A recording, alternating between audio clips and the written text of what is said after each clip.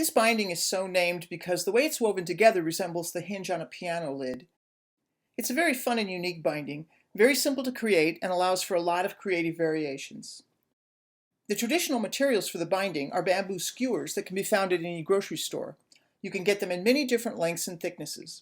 But you can also brainstorm lots of different possible replacements for the skewers, like pencils, or crayons or knitting needles, almost any long, thin, stiff object, preferably something with a point on it, as that helps make the construction a little easier.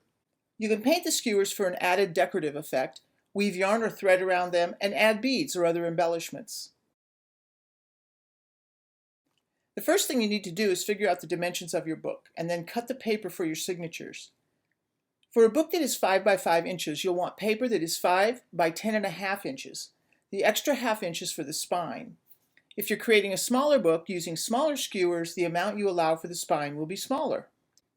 Also, whether your signatures are just single pieces of paper, more technically referred to as folios, or made up of multiple sheets of paper will depend on the weight of the paper. In the case of the larger book, the pages are heavy cardstock, so a single piece is appropriate. With this smaller book, the pages are bond paper, so you could use 3 or 4 pages for each signature. Once you have your paper cut, don't fold it in half. Instead, wrap it around one of the skewers and crease the paper on the outer edge of the skewer. This keeps the spine of your book more rounded rather than having paper along the spine that is heavily creased. It just looks nicer and more appropriate to this method.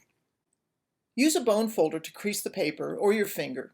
Be careful about using the point of the bone folder or your fingernail because you're likely to cut through the paper if you apply too much pressure. The edge of the bone folder should be sufficient to give you a reasonable crease. I usually do this on both sides so the paper is evenly creased. Next, you'll want to mark the spine with a template that you made ahead of time. You can make as many cuts as you want along the spine, and they can be an even or odd number. In this example, I made a mark every inch, resulting in 4 cuts. You can cut triangles in your template if you want all of your cuts to be exactly precise. I tend to freewheel these cuts, as you'll see in a minute. If you do make specific triangles for the template, be sure to test the size on some extra paper that is similar to what you'll be using, so that you know the holes won't be too large or small before you commit to cutting all your paper. So I've made a tick mark at every place where I want to cut a triangle. By the way, you don't have to cut triangles, you could just make a straight cut at each of these marks. Then when you went to construct the book, it would look even more like a piano hinge because you wouldn't see the skewers through the cuts. I like seeing the skewers, so I make triangular cuts. I also like the skewers to be fairly tight, so I don't cut triangles right up to the crease I've made against the edge of the skewer, but a little bit in from that. Doing a few test runs with the paper you want to use will help you decide exactly how big these cuts need to be. Once you've made the cuts in all of your signatures, you'll want to get the tabs that have been created headed in the right direction. Press all of the odd tabs one way and the even tabs the other way. You don't want to make hard folds on these tabs, just get them pushed in the right direction. Do this with all of the signatures and make sure to keep them all oriented the same way. Take the top 2 signatures and run a skewer through the tabs, alternating from one signature to the other, weaving in and out of the tabs.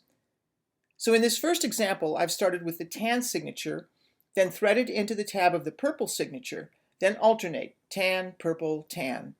This weaves those 2 signatures together, and if your holes aren't very big, the connection between the 2 should be reasonably firm. Pick up the next signature and another skewer. Line up the signature and start the skewer through the first tab of the second signature, in this case the purple signature, then through the tab of the new yellow signature. Once again, weave back and forth, purple, yellow, purple. Continue this process with the rest of the signatures, always starting in the first tab of the signature you just finished with and then weaving into the next tab of the new signature.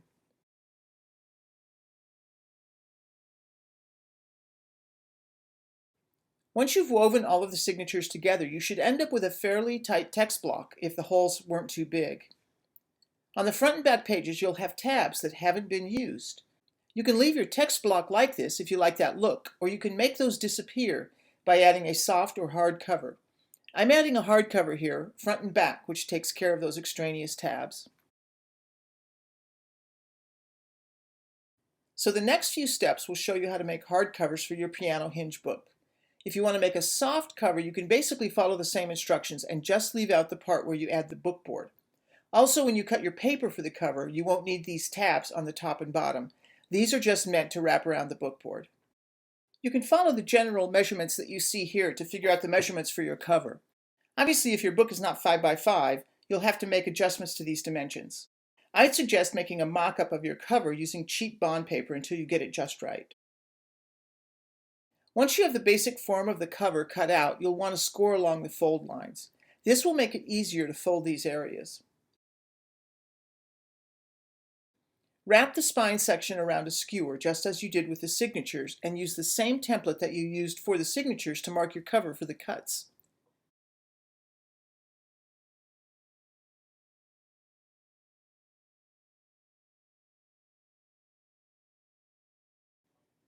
Cut triangles at these marks just as you did with the signatures. At this point, you'll do something a little different with some of the tabs on the cover. Remember how some of the tabs on the front and back of your signatures stick out?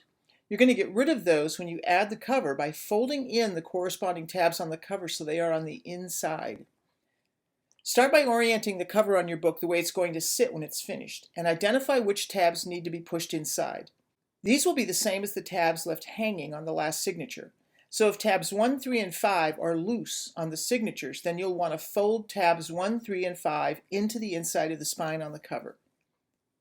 Make those folds along those tabs nice and crisp, and then push those pieces to the inside.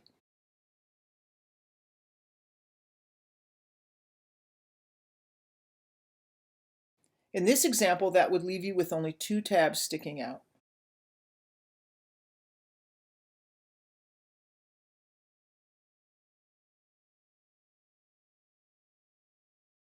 Next, you'll want to glue the bookboard to your cover. You can use a glue stick or PVA glue. The glue stick I'm using here is acid-free, so it's sort of the best of both worlds, quick and easy to use and pH neutral. Spread glue over the entire back side of the portion of the cover closest to the spine. Press down the tabs that you folded inside to glue those down, and then apply more glue to the top of those tabs.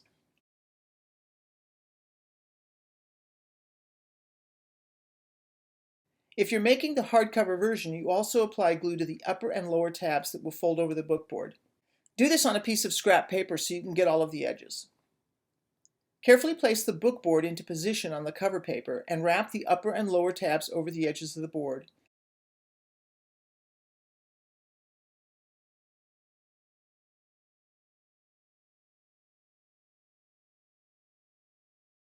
Smooth all of this down with a bone folder to make sure you get good contact everywhere.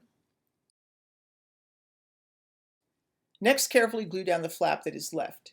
Be careful not to get any glue on the tabs themselves.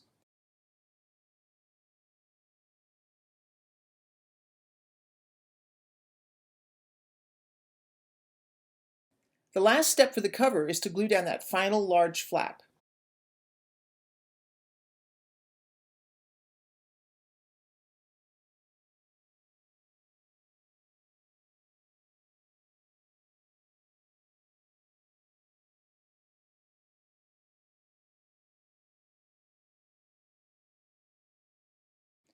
You might want to put the finished cover under a heavy weight for a little while to ensure that all of the parts are firmly glued down.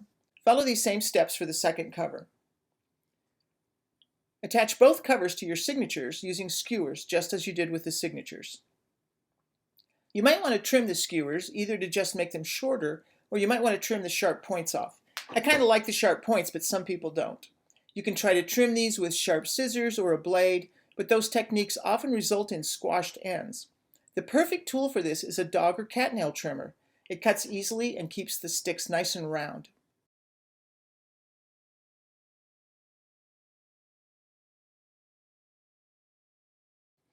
As a final step, you might want to add thread to the head and tail of the spine. This is particularly useful if your skewers are a bit loose and you don't want them to fall out. Just weave the thread back and forth between the skewers, ending where you started, and tie the thread into a knot.